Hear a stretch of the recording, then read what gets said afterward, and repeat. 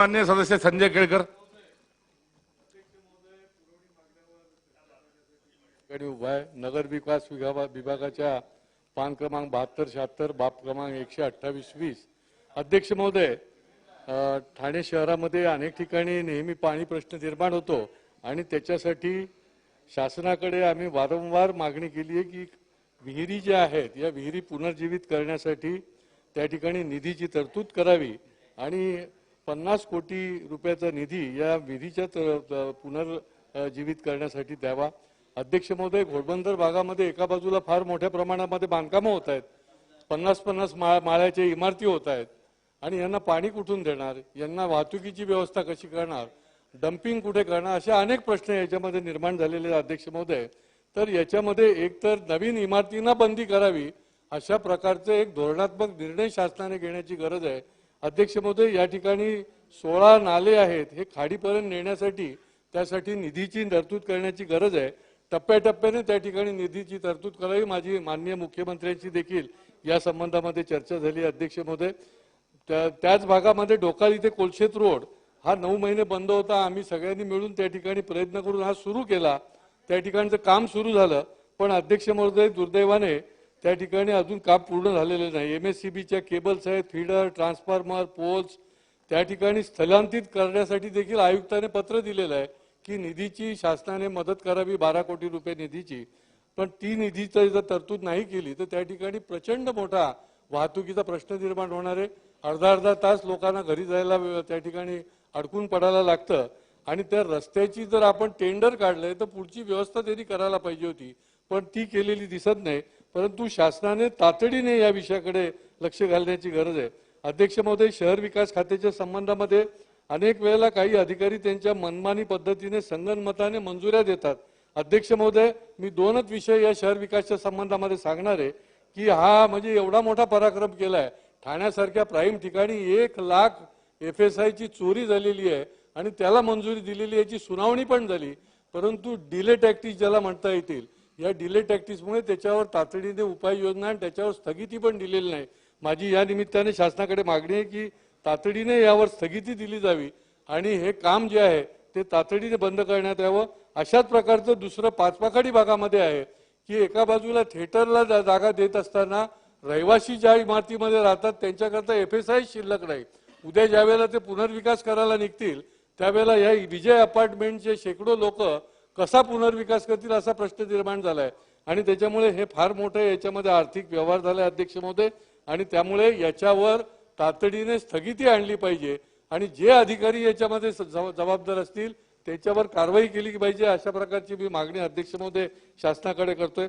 स्थावर मालमत्तेच्या बाबतीमध्ये जे त्या ठिकाणी अनेक लोक जे बाधित झाले त्यांना घरच मिळाले नाही, 5-5 वर्ष खेट्या मारतायत आणि हे स्थावर मालमत्तेचं खातं जे आहे हे लोक त्यांच्या टोलवाटोलवी केली जाते. आयुक्तांशी बोलताना आयुक्तांनी सांगितलं की याची एकदा श्वेतपत्रिका द्या की किती लोक बाधित झालेले आहेत आणि किती जागा उपलब्ध आहेत आणि बोगस किती लोकांना तुम्ही दिलेले आहेत आणि त्याच्यामुळे शासनाने तातडीने निर्णय द्यावेत. अध्यक्ष महोदय, पदोन्नतीमध्ये देखील अनियमितता झालेली आहे, त्याच्या देखील चौकशी समिती नेमून महापालिकेमध्ये ज्या अधिकाऱ्यांची पदोन्नती झालेली आहे त्याची चौकशी करावी.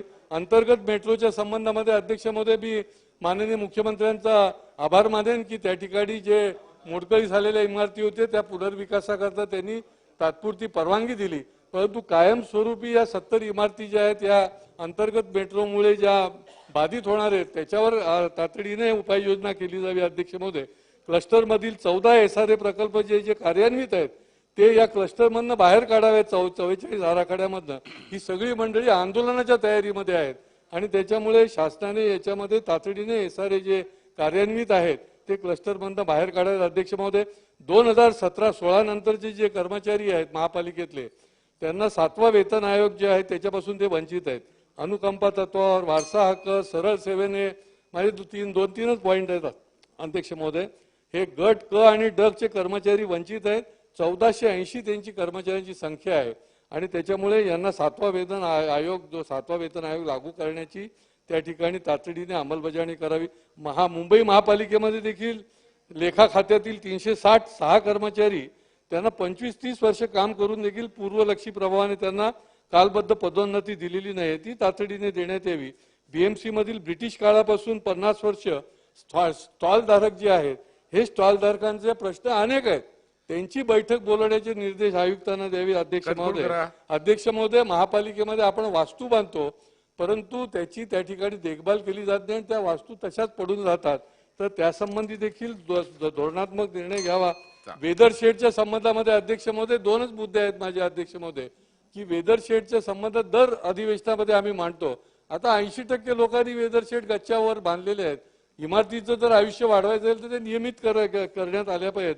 अध्यक्ष महोदय, महसूलच्या संबंधामध्ये माझा एकच मुद्दा आहे. या ठिकाणी महसूल मंत्री देखील आहेत. अकृषक कराचा तर त्यांनी निर्णय जो आहे तो कायमस्वरूपी घेण्याचं मीटिंग देखील सह्याद्रीमध्ये मागच्या वर्षी घेतली होती, तो करावा. आणि आपल्या ज्या जागा आहेत सरकारी जमिनी याच्यामध्ये अतिक्रमण होत आहेत, त्याच्यावर तुम्ही कारवाई करत नाही. या सरकारी जागेचा उपयोग जो आहे तो सार्वजनिक कामासाठी होऊ शकतो, तर ते देखील आपण त्या संबंधामध्ये तातडीने कार्यवाही करावी. आणि काळदळ वनामध्ये जे मातीचे भर टाकून कोलशेत खाडी आहे, बाळकुंग खाडी आहे, दादलानी आहे, इथे ज्या पद्धतीने त्या ठिकाणी वेळोवेळी कलेक्टर तहसीलदार यांना सांगून देखील त्याच्यावर कुठल्याही प्रकारची कारवाई केली जात नाही अध्यक्ष महोदय, त्याच्यामुळे याच्यावर कारवाई केली जावी अशा प्रकारची मागणी करतो. धन्यवाद.